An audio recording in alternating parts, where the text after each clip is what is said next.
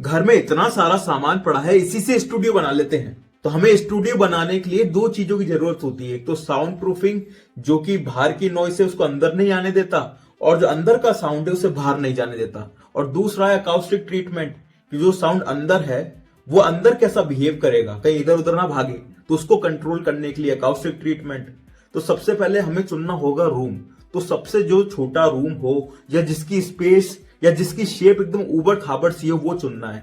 कोई ज्यादा बड़ा कमरा या बाथरूम या गैरेज टाइप का स्पेस गलती से भी मत चुन लेना। उसको करने के बाद सबसे पहले लगाऊंगा मैं बेस स्ट्रैप्स। अब उसको बनाने के लिए दुकान पर जाऊंगा हार्डवेयर की, उसको बोलूंगा कि सबसे मोटा जो रोप वूल इंसुलेशन है ना, वो दे दे।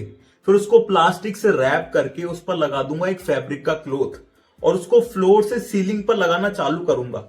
बेस स्ट्रैप्स को हमेशा कॉर्नर्स के अंदर लगाते हैं, तो वहीं उसको प्लेस कर दूंगा। तो बेस इस तरीके से मैं बेस स्ट्रैप्स को रेडी कर लूंगा। फिर होते हैं कि रिफ्लेक्शन पॉइंट्स। अब मेरे और स्पीकर के बीच में 4 मेनली रिफ्लेक्शन पॉइंट होते हैं। एक तो लेफ्ट और राइट, एक ऊपर सीलिंग में, और एक नीचे फ्लोर पर। तो मेरे घर में जितने भी गद्दे और कंबल हैं उनको वहां पर प्लेस कर दूंगा। और बचे हुए अगर वुडन के जो फ्रेम्स होते हैं उसको इंसुलेशन से रैप करके एक तो सीलिंग में लगाऊंगा, और एक जो फ्लोर है उसको रैप कर दूंगा। अगर मेरे कमरे के अंदर बुक शेल्फ बन रखी है तो मैं बुक प्लेस करूंगा, क्योंकि वो बहुत ही अच्छा एब्जॉर्बर होती हैं। कमरे के अंदर सोफे प्लेस करूंगा, चेयर लगा दूंगा।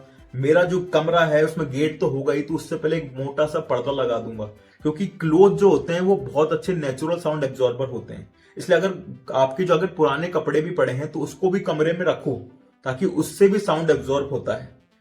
जब गाना चलेगा तो उसमें जो बेस बजेगा तो सबसे पहले वो बेस स्ट्रैप से हिट करेगा, तो वहां जाकर वो रिफ्लेक्ट नहीं होगा, ना बाउंस होगा, वो वहां जाकर रुक जाएगा, जिसकी वजह से ड्राई और डेड इन्वायरमेंट क्रिएट होगा। ये एक परफेक्ट इन्वायरमेंट होता है क्लीन और वोकल रिकॉर्डिंग के लिए। लोग बोलते हैं ना कि भाई बारात बाहर, जैसे घर के बाहर बारात जा रही थी, मैंने गेट बंद कर दिया, 1% आवाज नहीं आ रही, तो वो तो फुल्ली नॉइस कैंसल स्टूडियो है, वहां तो रिकॉर्डिंग करने मत जाना। क्योंकि हमें म्यूजिकली ट्यून्ड स्पेस चाहिए, फुल्ली कैंसल स्टूडियो नहीं चाहिए।